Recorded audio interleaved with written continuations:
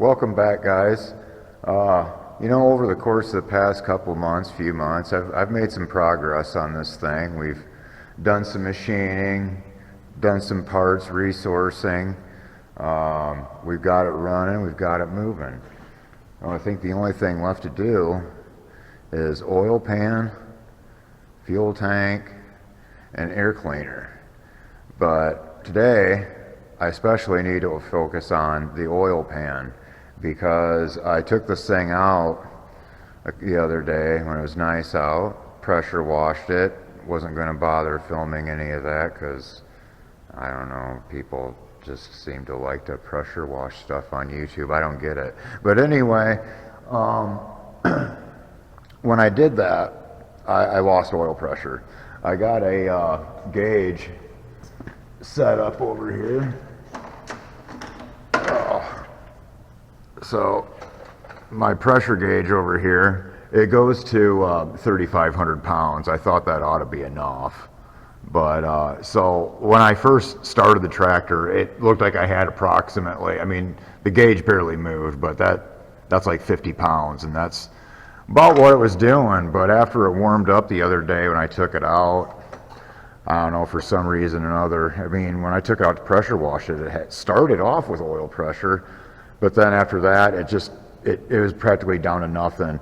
Matter of fact, I took the plug out where the bung is that goes to the oil pressure sending unit. Oh, get you in there. But yeah, the oil pressure sending unit deal, cracked that open, and it just was like sludge coming out of it. So I drained the oil in it, and there was some sludge. I didn't think there would be sludge like that, but apparently there is. And I got the oil filter off of it, got to get a new one. But yeah, right now, what I got is this oil pan that I salvaged out of it was out of the junkyard. I had a neighbor down the road clean it all up for me and put some primer on it. It's one of the older deals where the oil filter was on the inside, so all you got to do for that is just go around and take that casing off of there, and that allows you to do what we need to do with it. So basically what it boils down to is when you do one of these jobs, it helps to have a complete tractor, because just about everything that was on your original, like in my case, even that was like a 330 something gas or whatever, a lot of them gas parts would have fit on this 404, oil pan included.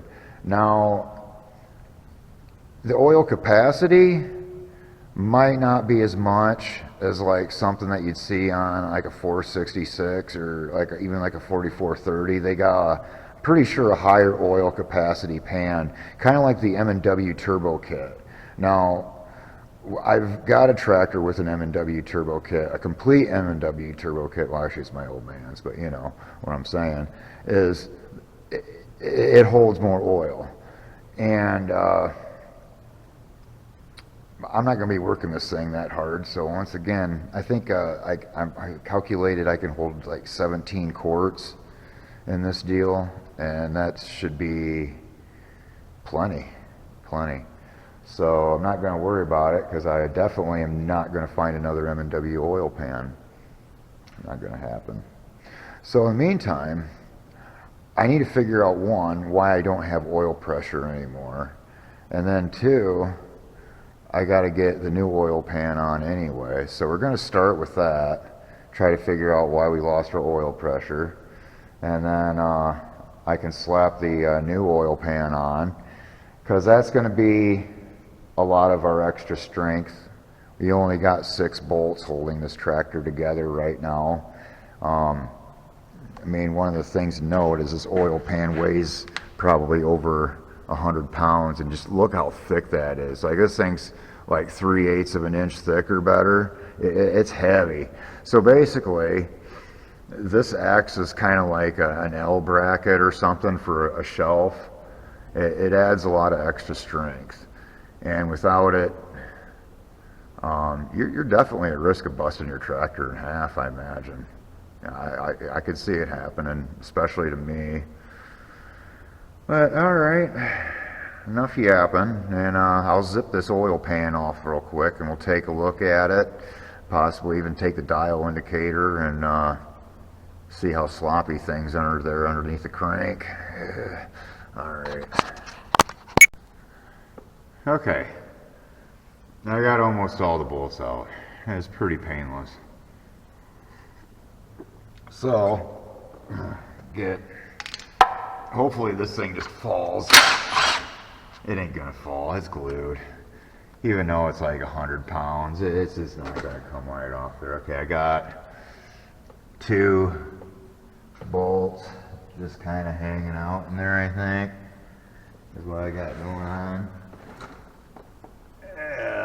Yeah, like 3 of them. Okay, that'll hold it. So, hopefully with any luck. Oh yeah, there she goes. Yeah, it's gonna go. Oh.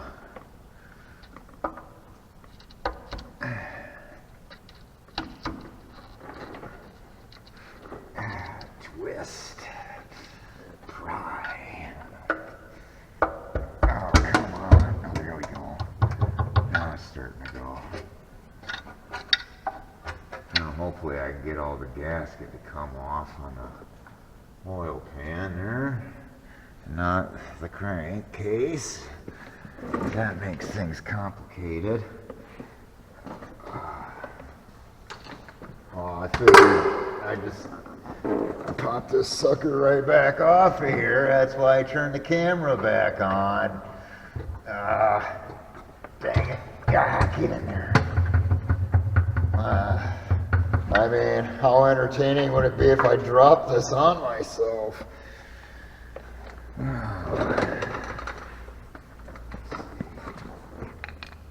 Okay, so I'll hold this up with my good knee.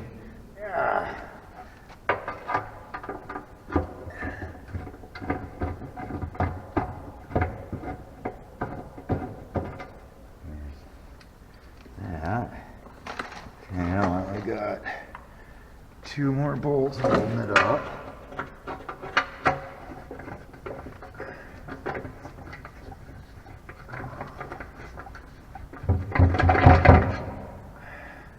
Why is that still sitting up so high? That's still glued to something.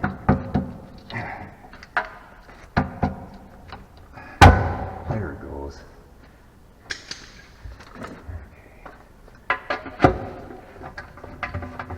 This one feels like this one ain't aluminum, is it? Did John Deere make aluminum oil pans for combines?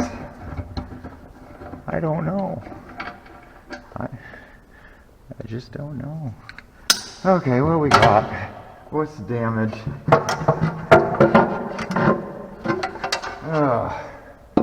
No, I don't. What's that? Nothing wrong with that, right? I don't see anything to,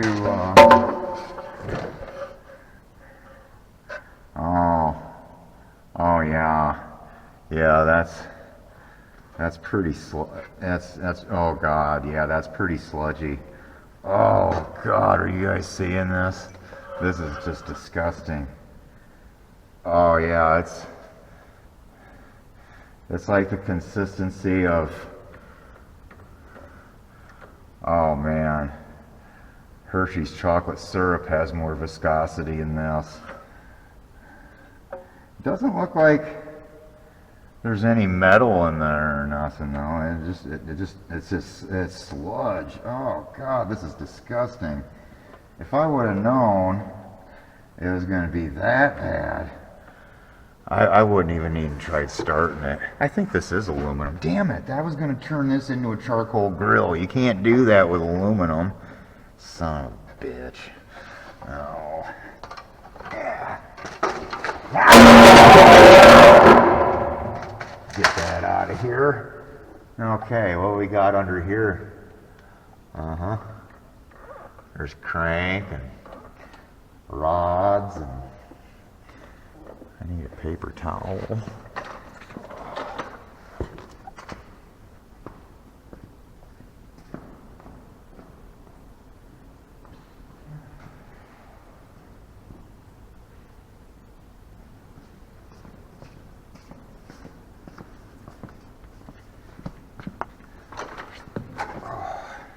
Okay, now I got a paper towel. No, there's nothing. You look underneath here, bring you guys in.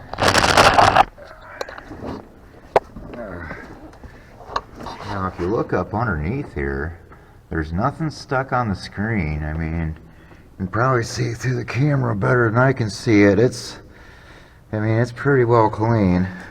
Yeah, I don't see anything on the screen there. Man, that's okay. So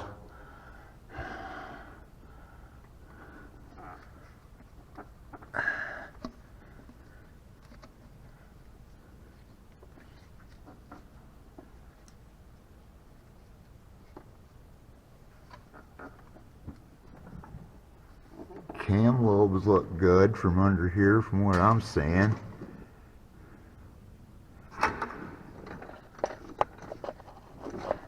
I'm not feeling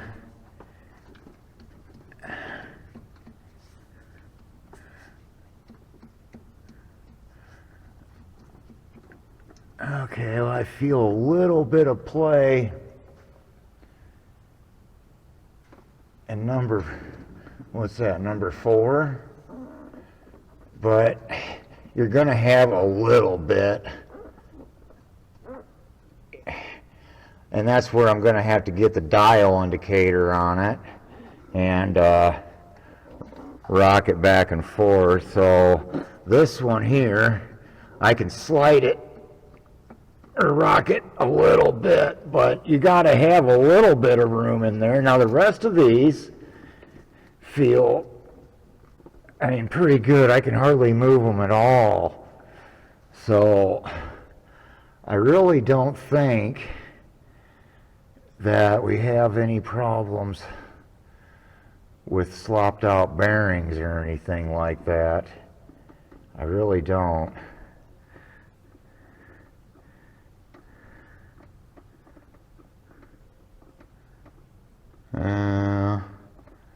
Well, shoot, guys.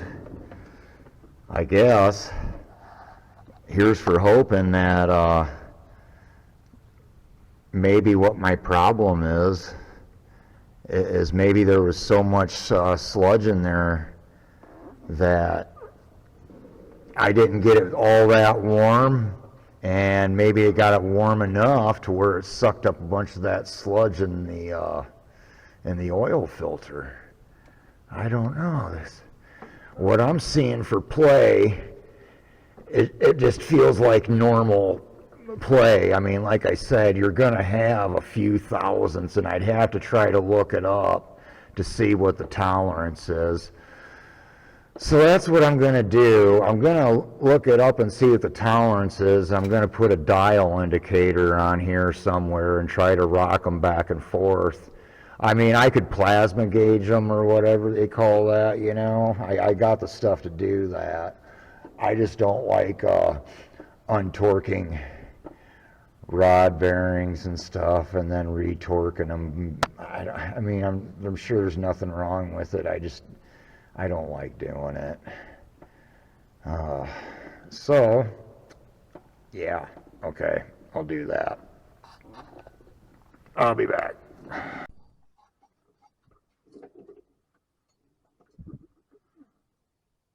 Okay, so I've done some digging around, and the tolerance on these rod bearings are, say, 15 thousandths to 46 thousandths. Well, I got mixed readings on that. I get a lot of information from yesterday's tractor. You guys check that out. That's sometimes he gets finds you some useful information. But anyway, so instead of plasma gauging, what I like to do is I like to use my dial indicator so I don't have to tear anything apart and put it back together again. And now to set this up, what you got to do is you got to have pressure on it. So I'm going to take it to where it's at, about 20 thousandths. So these seem pretty tight. Number 4 is the questionable one, but number 3 is right here in my face. So we're going to do that one first. So all you got to do is I got to move it either way, well, both ways. I got to move it as far as I can one way and then far as I can back the other way, and then add those two numbers together. So if I want, I can even take and turn, let's see, turn that down there, put that back on 0 down here, and that'll make it easier to math. So if I press this way, I get, let's see, what was that? About 4 thousandths that way. Let's see now if I can find a way to make it go the other way. Then let's see, about 7 thousandths the other way. So 11 thousandths. Well, shoot, 11 thousandths. That's better. That's better than well, I mean, I guess that's considered out of tolerance, but on the low end, which is really weird. So that means that's like brand new. So that's definitely probably not our culprit. But now we got number 4 to deal with, and that is really hard to even see. And I'm thinking, man, you know, I'm thinking it's probably fine. So that means we're not doing rod and main bearings. That's good news, because that feels, I mean, if this one's 11 thousandths, then that one's surely ain't close to 46 thousandths, which, man, 46 thousandths seems like a lot of slop. But of course, that would be borderline out of tolerance on the high end, which you'd think if everything was slopped out to 40 thousandths or 46 thousandths, I wouldn't have much oil pressure there either. But that's definitely not the case. These rod bearings are like brand new. So I won't be doing those. That's good. All right, so I guess all I can do now is clean up my oil pan. I don't need the Harbor Freight dial indicator, which I think I got like with the base and the dial indicator, I think was less than $50 at Harbor Freight. Of course, that was a few years ago. It's probably triple that now. But, okay, well, I guess I can put the oil pan on and go from there.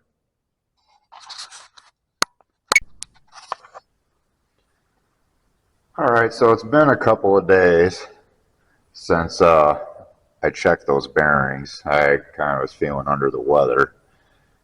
But I did get to looking around on the Google search, and what I found, and it's kind of across the board, is 5 to 10 thousandths is really good, and 30 thousandths you can typically still kind of get oil pressure, but yeah, the thing is with that is So okay, so I got roughly 11 thousandths is what I was kind of thinking, but then again, I was kind of prying on it and with the pry bar, and I could have been manipulating that. It was pretty tight. Realistically, it's probably like between 8 and 10 thousandths or something like that, maybe less. But I'm gonna call that good because man, I was thinking about that. I read that on yesterday's tractor, 46 thousandths. I'm like, man, okay, so even if you take that by the circumference and divide it by two, which would be basically 23 thousandths, you know, and still, even at that, it's like, how the hell would you even be getting oil pressure when it's like that? So, and I'm definitely not in that bad of shape.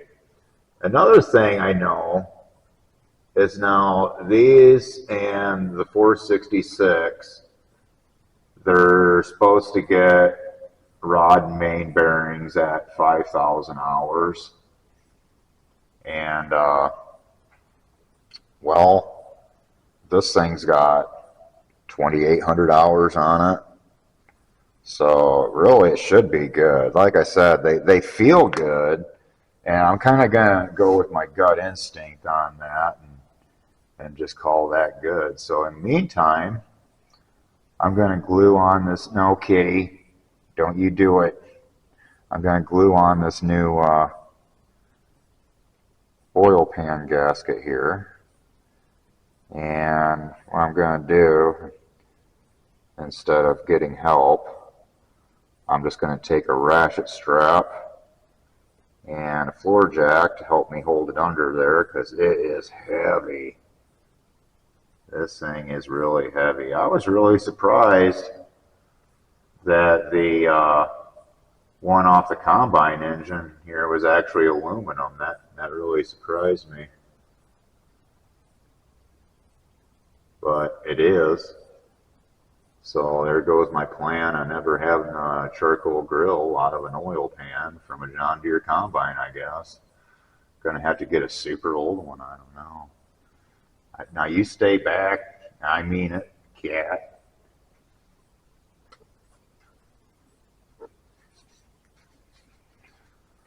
Well, slap this on here. Oh no. Oh. Psst, get out of here. Let's see if I can get this on here. I don't think.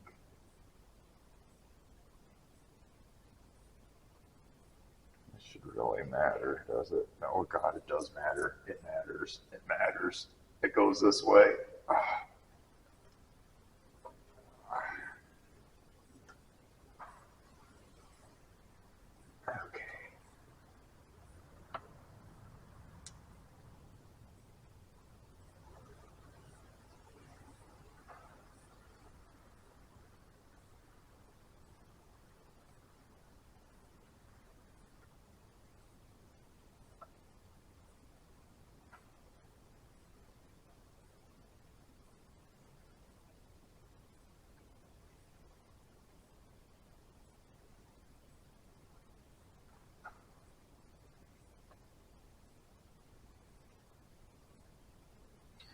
Okay, I'll goober some on the top and scooch it under there and let it tack up a little bit, and then we'll torque her down.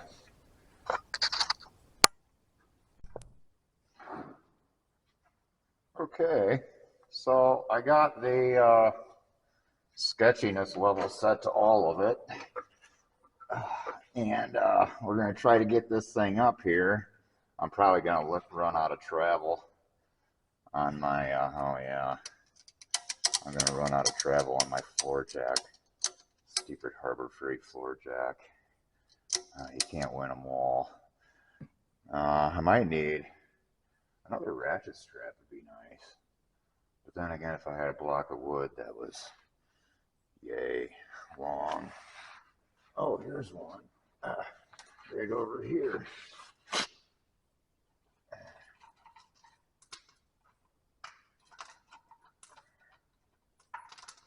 got a bunch of bolts sitting on it. Okay. Something like this, maybe. I can get this underneath here. That would help. Oh. Okay.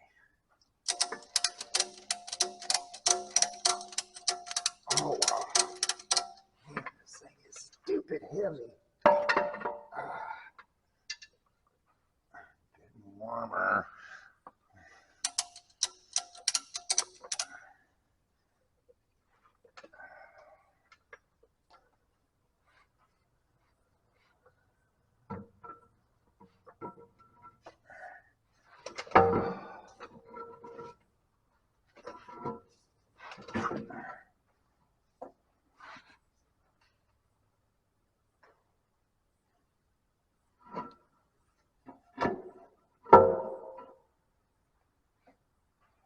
Uh-oh.